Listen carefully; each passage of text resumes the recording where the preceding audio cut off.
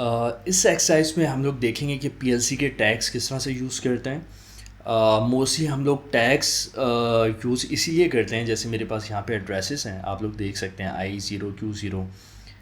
हम लोग पहले से ही हमें पता होता है ये जो इनपुट और आउटपुट्स हैं जिनको हम लोग आईओस भी कहते हैं, हमें पता होता है कौन से आईओस हमारे पास फिज़िकली कनेक्टेड हैं और वो किस सेंसर, किस बटन, किस इनपुट, किस मोटर या किस आउटपुट के साथ कनेक्टेड है, उसको पहले ही हम लोग लिस्ट डाउन कर लेते हैं।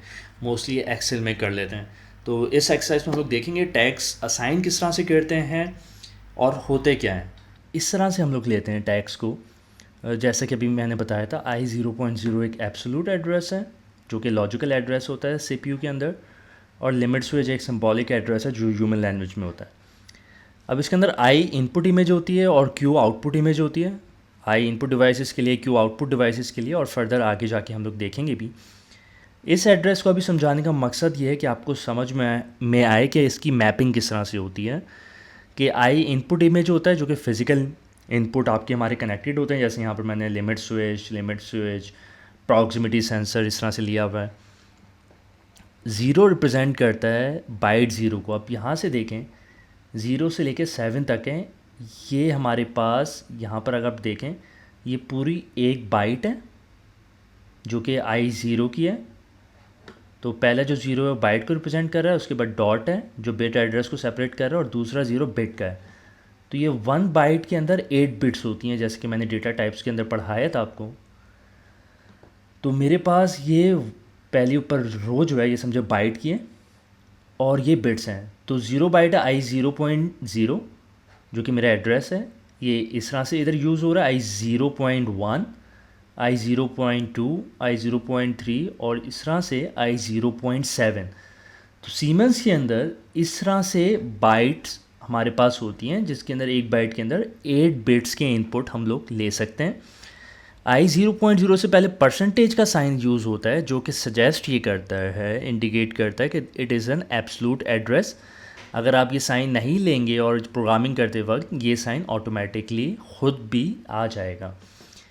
एक चीज़ और याद रखने की है, जो हमारे पास ये ग्लोबल टैग्स और लोकल टैग्स होते हैं। ग्लोबल टैग्स के अंदर इनपुट, आउटपुट, बिट मेमोरीज जो एम से लेते हैं, टैग्स इन डेटा ब्लॉक्स और टाइमर्स काउंटर जो हम लोग आगे जाके करेंगे। एग्जाम्पल ग्लोबल टैग की है, जैसे I0.0 में ले रहा हूँ सेंसर 1 को।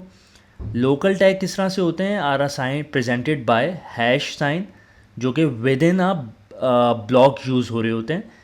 ग्लोबल टैग्स हम लोग टैग टेबल के अंदर डिक्लेयर करते हैं, या ग्लोबल डेटा ब्लॉक्स होते हैं, इनको डिक्लेरेशन पार्ट ऑफ ब्लॉक होते हैं। दीज आर टेम्पररी टैग्स या स्टैटिक टैग्स, सिर्फ उसी लॉजिक ब्लॉक्स के अंदर या फंक्शन ब्लॉक में यूज़ हो रहे होते हैं। इसके अलावा जो हमारे पास एब्सोल्यूट एड्रेसिंग होती है, सीमेंस वही कहते हैं जो अभी समझाया कि I0 यहाँ पे ले रहा हूँ, वो बाइट एड्रेस है। डॉट 0 फिर लूँगा या 1 लिया हुआ है तो वो बिट एड्रेस है। अगर मैं वर्ड, डबल वर्ड करवा रहा हूँ, इंटीजर की वैल्यूज़ को मैं मूव करवा रहा हूँ, तो दैट मीन्स IB का मतलब बाइट है और 4 का मतलब बाइट का एड्रेस का स्टार्ट है। IW का मतलब वर्ड है जिसके अंदर 16 बिट्स होती हैं और उसके बाद बाइट एड्रेस है, और D का मतलब डबल वर्ड है और आगे बाइट एड्रेस है। इसी तरह Q का बताया है 1.1 absolute addressing for M memory बताया हुआ है, M 26.7 है, तो वही बात है, बाइट एड्रेस है, बिट एड्रेस है। इस तरह से हम लोग यूज़ कर रहे हैं। डेटा ब्लॉक्स हैं जो कि डेटा ब्लॉक हम लोग जो भी टाइमर्स लेते हैं या फॉर एग्जांपल काउंटर्स लेते हैं, तो उसकी जो टाइमर काउंटर की वैल्यूज़ होती हैं वो अपने डेटा ब्लॉक में जाके स्टोर हो रही होती हैं। इसका किस तरह से लेते हैं, data block DB, data block number 1 जैसे दिया हुआ है, .dbx बाइट एड्रेस आ जाएगा 2 और बिट एड्रेस 3। बाकी इस तरह डेटा ब्लॉक नंबर और हमारे पास का बताया बाइट, वर्ड और डबल वर्ड के लेने के लिए। तो इसके अंदर दो किस्म के डेटा ब्लॉक्स दो तरह से यूज़ कर सकते हैं, एक रीड और राइट एक्सेस के साथ होता है और रीड ओनली डेटा ब्लॉक्स भी होते हैं। फर्दर ये चीज़ हमने डिस्कस कर ली है। तो इसके अंदर मेरे पास I0.0 है। टैग्स को कहाँ कहाँ से असाइन कर सकते हैं, अगर मैं इस पर डबल क्लिक करूँ प्रॉपर्टीज़ में, इसको और ऊपर ले आते हैं, तो मैं यहाँ पे भी असाइन कर सकता हूँ। लेट से I0.0 है तो मैं यहाँ से टैग असाइन करूँगा लिमिट स्विच फॉर एग्ज़ाम्पल। तो तो यहाँ पर देखें ये I0.0 जो है यहाँ पर लिमिट स्विच लिखा आ गया। और इस तरह से हम लोग यूज़ कर सकते हैं टैग्स को। फिर मैं डिफ़ॉल्ट टैग टेबल से जाके भी असाइन कर सकता हूँ। फॉर एग्ज़ाम्पल मैं इसको यहाँ से फ्लोट करके यहीं पे ले आता हूँ। अब मैं यहाँ से लेट से XYZ कोई भी टैग दे दूँ तो उसके आगे वाला वो सिलेक्ट कर लेगा, यहाँ पे भी लिखा आ जाएगा। तो या फिर मैं इसको यहाँ से उठा के टैग को यहाँ पे इस तरह से डाल सकता हूँ और फिर नाम दे सकता हूँ सेंसर 2। तो मैंने यहाँ से टैग टेबल से भी असाइन कर सकता हूँ यहाँ से आईओ टैग्स में भी। जैसे देखें एनालॉग के रजिस्टर्स भी बता रहा है और बूल ये इनपुट आउटपुट भी बता रहा है। तो इस तरह से भी असाइन कर सकता हूँ टैग टेबल के ज़रिए, और इधर जो आईओ टैग्स ये इंस्पेक्टर विंडो है इसके ज़रिए। या फिर मैं अगर प्रोग्राम ब्लॉक में आ जाऊँ और यहाँ पे फॉर एग्ज़ाम्पल इनपुट या आउटपुट ले लूँ, तो यहाँ पर ये देखें मेरे टैग टेबल से जो मैंने टैग यहाँ पर दिए हैं वो शो भी हो रहे हैं। मैंने यहाँ पे सिर्फ एक नॉर्मली ओपन कॉन्टैक्ट लिया है और ये कॉइल है जो आगे जाके डिस्कस भी करेंगे। तो एक तरीका ये इधर से इस तरह से मैंने टैग कॉल करवा लिया है, या फिर मैं इसको असाइन भी कर सकता हूँ। किस तरह से असाइन करूँगा, लेट से Q0.0 ले लेता हूँ मैं और इसको रीनेम टैग यहाँ से जाके with in a programming window मैं इसको टैग दे सकता हूँ आउटपुट 1 का। तो मैं इन टैग्स को इस तरह से भी असाइन कर सकता हूँ।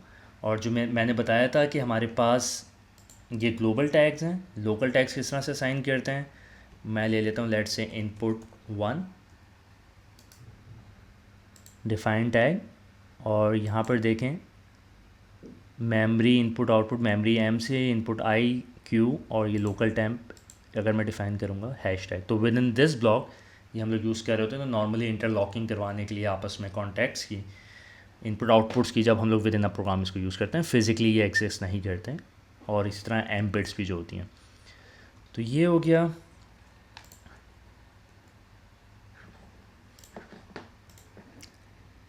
इसको मैं वापसी इम्बेड कर देता हूँ, इसको डिलीट कर देते हैं अभी। आईओ टैग्स, तो आप देखें यहाँ पर आईओ टैग्स पहले से आ रहे हैं। अगर I0.0 है मैं उसका टैग यहाँ से असाइन कर सकता हूँ। लेट से सेंस लिमिट स्विच में कह देता हूँ, सही है। और डिफ़ॉल्ट टैग टेबल, तो अगर मैं यहाँ पर आ जाऊँ PLC टैग्स में, यहाँ पर आप देख सकते हैं डिफ़ॉल्ट टैग टेबल। यहाँ पे मैं दूसरा टैग टेबल भी बना सकता हूँ। लेट से मेरे पास बड़ी प्रोडक्शन लाइन है जिसमें मेरे पास Siemens PLC लगा हुआ है बट डिफरेंट यूनिट है। तो कोई क्रैशिंग मशीन है, कोई लेट से सेपरेटर मशीन है, तो मैं इस तरह से मशीन वाइज भी कर सकता हूँ। तो डिफ़ॉल्ट टैग टेबल है मेरे पास, उसमें ये देखें यहाँ पर एड्रेस आ गया है जो मैंने वहाँ से बनाया था। यहाँ से भी मैं टैग बना सकता हूँ लिमिट स्विच 2। ये बूल एड्रेस है I0.1, इसने ऑटोमेटिकली जो उसके बाद वाला एड्रेस है वो असाइन कर दिया और यहाँ पे एक्सेस बता रहा है। तो यहाँ पर देखें आप डेटा टाइप भी बता रहा है। अब यहाँ पर मेरे पास डिफरेंट डेटा टाइप्स अवेलेबल हैं जो कि हम लोग आगे जाके डिस्कस करेंगे। बूल मतलब 0 या 1, और इसी तरह इंटीजर की होगी, वर्ड की होगी डेटा टाइप, फ्लोटिंग पॉइंट की होगी, टाइम की होगी, अनसाइंड साइन इंटीजर्स होंगे। तो डिफरेंट डेटा टाइप्स होंगी। तो इस तरह से मैं लिमिट स्विच 3 इस तरह से मैं ये बना सकता हूँ। और यहाँ पर अगर मैं वापसी जाऊँ, गुड। सो इस तरह से यहाँ पर भी बता रहा है। अब ये देखें यहाँ पे जो डेटा टाइप है इसकी फ़िक्स है, क्योंकि ये इनपुट आउटपुट जो हमारे पास बिट्स हैं ये मेरे पास डिजिटल बिट्स हैं डिस्क्रीट। पर यहाँ पर देखें एड्रेस आ रहा है कि 2 मुझे बता रहा है कि जो मेरे पास एनालॉग इनपुट से यहाँ पे इंटीजर बता रहा है जो कि नंबर्स की डेटा टाइप होती है 0 1 2 3 4। तो इस तरह से बता रहा है। तो ये सारी आईओ टैग्स मैं यहाँ पर भी असाइन कर सकता हूँ, वहाँ पे भी टैग टेबल में भी असाइन कर सकता हूँ। दूसरी चीज़ यहाँ पे ये नेविगेशन विंडो भी है जो कि मुझे आदत ज़्यादा है नहीं इस्तेमाल करने की, आप लोग यूज़ कर सकते हैं। इससे नेविगेशन काफ़ी आसान रहेगी आपके लिए। ओके, तो टैग टेबल पे फिर आ जाते हैं। यहाँ से टैग टेबल है, मैं यहाँ से इनकी मॉनिटरिंग भी कर सकता हूँ और टैग टेबल्स की। और इसके अलावा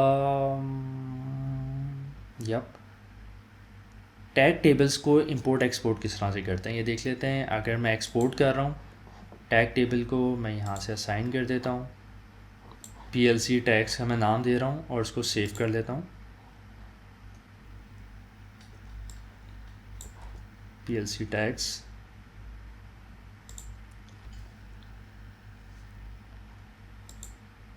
ये एक्सपोर्ट हो गए हैं। मैं अगर यहाँ पर विंडो, तो ये डॉक्यूमेंट्स के फोल्डर में मेरे पास टैग्स आए हुए हैं। तो ये डॉक्यूमेंट्स के फोल्डर में मेरे पास टैग्स आए हुए हैं। आप ये देखें इसी फॉर्मेट में, जिस फॉर्मेट में वहाँ पे शो हो रहा था, यहाँ पर ये टैग्स आ रहे हैं। लेट्स से मुझे टैग्स अपलोड करना है पहले से। फॉर एग्जांपल इसी फॉर्मेट में बना लेता हूँ कि I am using proximity sensor. मैं बाकी चीज़ें इसी तरह कॉपी कर लेता हूँ। I0.3 इसको एड्रेस दे देता हूँ, बाकी ट्रू कर देता हूँ। Okay, and I go over here, import. यहाँ से मैं फ़ाइल सेलेक्ट कर लेता हूँ, डॉक्यूमेंट्स, PLC टैग्स यहाँ पर आ रहे हैं। और यहाँ से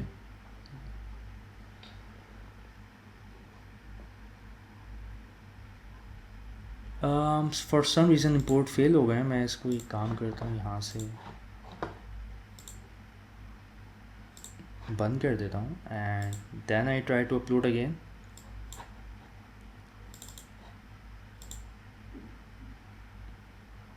ओके, फ़ाइल ओपन थी तो इस वजह से अपलोड नहीं हो रहा था। ये देखें, ये टैग मैंने एक अपडेट किया था, वो यहाँ पर शो हो गया। तो इस तरह से आप पहले से टैग्स बनाकर और उसको अपलोड कर सकते हैं और अपने लिए प्रोजेक्ट में काफ़ी आसानी कर सकती हैं। छोटे टैग्स में तो ऑब्वियसली हमें ज़रूरत नहीं पड़ती, but when we are building bigger projects जिसमें 500 आईओस हैं, 1000 आईओस हैं, तो उसमें इन टैग्स का आपको काफ़ी फ़ायदा होगा इंपोर्ट करने का। फर्दर इसके अंदर कुछ इंटरेस्टिंग चीज़ें हैं वो भी देख लेते हैं कि अगर मैं टैग टेबल पे हूँ यहाँ पर और यहाँ पर ये एड्रेस है 0.0, अगर मैं एक और एड्रेस ले लेता हूँ I0.3 जो कि ऊपर भी लिया हुआ है, तो ये इस तरह से आ जाएगा, येलो हाईलाइट हो जाएगा, मतलब ये कॉन्फ़िगर कर रहा है। तो इसके अंदर एरर आ गया, this address already use by another tag. दूसरा, अगर मैं ये करूँ कि यहाँ पर मैं टैग ले लूँ लेट्स से C0.3, तो ये भी एरर आ जाएगा क्योंकि C कोई इसके अंदर चीज़ नहीं होती TIA के अंदर, टैग के अंदर। तो क्योंकि गलत एड्रेस दिया है तो ये आ जाएगा सिंटैक्स एरर इन एड्रेस। तो इस तरह से आपको ये एरर भी शो हो जाएगा। या फिर अगर मैंने लेट्स से MW1 रखा हुआ है तो ये भी एरर दे देगा। लेट्स सी ये क्या एरर यहाँ पे शो करता है, the address enter does not match the data type. क्योंकि ये डेटा टाइप वर्ड की है, मेमोरी वर्ड की, लेकिन यहाँ पे बूलियन है तो डेटा टाइप मैच नहीं कर रही, तो ये डेटा टाइप मैच का भी एरर दे देगा। अगर मैं यहाँ पे रखता हूँ लेट्स इंटीजर, तो ये एरर हट जाएगा। दूसरी इंटरेस्टिंग चीज़ है फाइंड एंड रिप्लेस की। आपके पास लेट्स से 500 600 बहुत सारे टैग्स हैं, you can search it from here. फिर से लिख देता हूँ और इसको फाइंड पे क्लिक करता हूँ तो देखेंगे यहाँ पर आ गया है। और अगर मैं इसको लिमिट स्विच 3 करता हूँ, let's see if it is able to find. Yup, also normal practice ये होती है कि when we are giving tags names we normally use underscore sign. So instead of space, try to use the underscore. That is much better. Okay, so further यहाँ पर अगर मैं tag table पे हूँ तो आप देखें डिटेल्स व्यू में भी यहाँ पर शो हो रहा है। एंड अगर मैं टैग टेबल पे हूँ तो यहाँ पर मैं अगर कोई कॉन्टैक्ट ले रहा हूँ तो मैं इसको यहाँ से भी ड्रैग कर सकता हूँ। और अदरवाइज़ जैसे कि मैंने आपको बताया था, यहाँ से भी टैग शो हो रहा होता है। फर्दर इसके अंदर अगर आप टैग टेबल पे जाएं तो टैग्स के अलावा यूज़र कांस्टेंट और सिस्टम कांस्टेंट्स भी आ रहे होते हैं। यूज़र कांस्टेंट्स वो होते हैं कि हम लोग कोई प्रोग्राम के अंदर कांस्टेंट वैल्यू दे रहे हैं जो हमें पता है बार बार हम लोग यूज़ करेंगे, तो उसका हम लोग एक कांस्टेंट बना देते हैं। सिस्टम कांस्टेंट्स हमारे पास फ़िक्स्ड वैल्यूज़ होती हैं डिफरेंट चीज़ों की, जैसे यहाँ पर पल्सेस या हाई स्पीड काउंटर्स आ रहे हैं जो कि एक फ़िक्स वैल्यूज़ होती हैं, जो कि हम लोग आगे जाके डिस्कस भी करेंगे। मोस्टली हम लोग टैग्स और यूज़र कांस्टेंट्स यूज़ कर रहे होते हैं। लेट्स से मैं कांस्टेंट देता हूँ, वैल्यू का नाम देता हूँ उसको, डेटा टाइप मैं कह देता हूँ इंटीजर, ओके, एंड वैल्यू मैं दे देता हूँ 10। और एक और मैं ले लेता हूँ इनपुट डेटा टाइप बूल, और उसको मैं कर देता हूँ ट्रू। फॉर एग्ज़ाम्पल मैं यहाँ पर एक कॉन्टैक्ट ले लेता हूँ और एक क्वाइल ले लेता हूँ। अब यहाँ पे क्वाइल पे मैं ये जो टैग है इनपुट का, यूज़र कांस्टेंट सॉरी, ये मैं दे सकता हूँ, ये वाला जो मैंने लिया अभी, ये देखिए ये पहले से जैसे ही मैं प्रोग्राम रन करूँगा ये पहले से ट्रू हो जाएगा क्योंकि मैंने इसको एक फ़िक्स वैल्यू दे दी है। इसी तरह अगर मैं यहाँ के बजाय आउटपुट के बजाय एक बॉक्स ले लूँ, ये एम्प्टी बॉक्स हम लोग लेते हैं, वैसे तो कमांड सारी यहाँ पर आ रही होंगी जो हम लोग आगे जाके डिस्कस करेंगे, पर मैं यहाँ पर अगर मूव ले लूँ, मूव की कमांड होती है एक सोर्स से वैल्यू डेस्टिनेशन में मूव करवाने के लिए। अब यहाँ पर मेरे पास वैल्यू थी, ये मैंने लिया है एक कांस्टेंट, यहाँ पर दूंगा तो ये देखें 10 आ गई, और आगे कोई भी मैं मेमोरी वर्ड ले लेता हूँ MW1, तो अब ये फिक्स वैल्यू इसके अंदर मूव हो रही होगी। तो that is how we are using user constants. अब एक और इंटरेस्टिंग चीज़ देख लेते हैं। अगर मैं टैग टेबल में जाऊँ तो मेरे पास लेट्स से मैं एक ले लेता हूँ वैल्यू अंडरस्कोर 1 करके, मैं MB0 ले लेता हूँ। MB मतलब मेमोरी बाइट, जिसके अंदर 8 बिट का डेटा आ सकता है, इसको मैं ले लेता हूँ बाइट। अब अक्सर केसेस में हमारे पास रजिस्टर्स के अंदर हम लोग इनको रिटेन कर सकते हैं वैल्यू को, कि अगर आपकी पावर शट ऑफ हो जाती है या कोई और मसला आ जाता है तो इसके अंदर ये रिटेन का फंक्शन होता है कि यहाँ पर मैंने भी 10 पहले से डाला हुआ है, इसको मैं 5 कर दिया लेट से, कि MB0 के जो स्टार्टिंग रजिस्टर होते हैं उनको मैं रिटेंटिव बना सकता हूँ। और यहाँ पर देखेंगे 5 दे रहा है तो MB0 से MB5 तक, MB0 से MB10 तक मैं इसको कर सकता हूँ। और इसके तो यहाँ पर मैं इसको 10 करूँगा तो ये देखें रिटेन का साइन यहाँ पर आ रहा है। अगर मैं MB11 करूँ यहाँ पर तो ये देखें ये रिटेंटिव नहीं शो हो रहा, तो इसके अंदर जो भी वैल्यू होगी वो शट ऑफ भी होगा, तो PLC आप रीस्टार्ट करेंगे तो वैल्यू वो स्टोर रहेगी। सो फर्दर हम लोग जाके ये प्रोग्राम फर्दर हम लोग MB0 पे अब मेन में OB1 पे काम करेंगे और इसको हम लोग देखेंगे। Thank you. अभी automationplay.com पे जाइए और ऑनलाइन कोर्सेज़ कीजिए PLC और IIoT पे, जिसके ऊपर डिफरेंट फ्री और पेड कोर्सेज़ अवेलेबल हैं, जिसके ऊपर आप कोर्सेज़ कर सकते हैं PLC, HMI और SCADA पे। और यहाँ पर मेरे YouTube चैनल पे जाके सब्सक्राइब कीजिए और ये फ्री लेसन्स और ट्यूटोरियल्स अवेल कीजिए।